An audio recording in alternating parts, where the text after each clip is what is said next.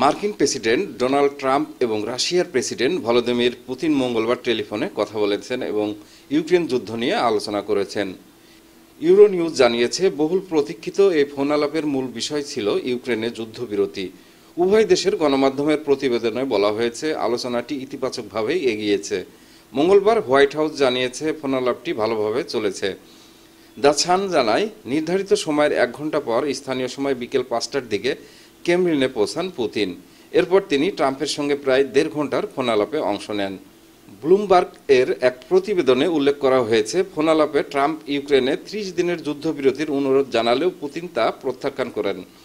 তবে তিনি ইউক্রেনের জ্বালানি অবকাঠামোর উপর হামলা সীমিত রাখার বিষয়ে সম্মতি দেন। অন্যদিকে ট্রাম্প তাদের এই ফোন আলাপকে গ্রেট বলে অভিহিত করেছেন। তিনি বলেন, ফোন আলাপে রুশ প্রেসিডেন্ট ভলোদিমির পুতিন খুব দৃঢ় এবং শক্তিশালী অবস্থান নিয়েছেন। ট্রাম্প ওয়াশিংটন এক্সামিনারকে বলেন, পুতিন খুব দৃঢ় ছিলেন, খুবই শক্তিশালী, যেমনটা তিনি সবসময় থাকেন। এটি একটি খুব ভালো ফোন আলাপ ছিল। আমি তাকে খুব ভালোভাবে চিনি। আমি মনে করি তিনি সত্যিই এই ইউক্রেন সংঘাত শেষ করতে চান। এর আগে ট্রাম্প সোমবার বলেছিলেন, পুতিনের সঙ্গে আলোচনায় অনেক বিষয়ে একমত হওয়া গেছে, তবে এখনও অনেক কিছু বাকি।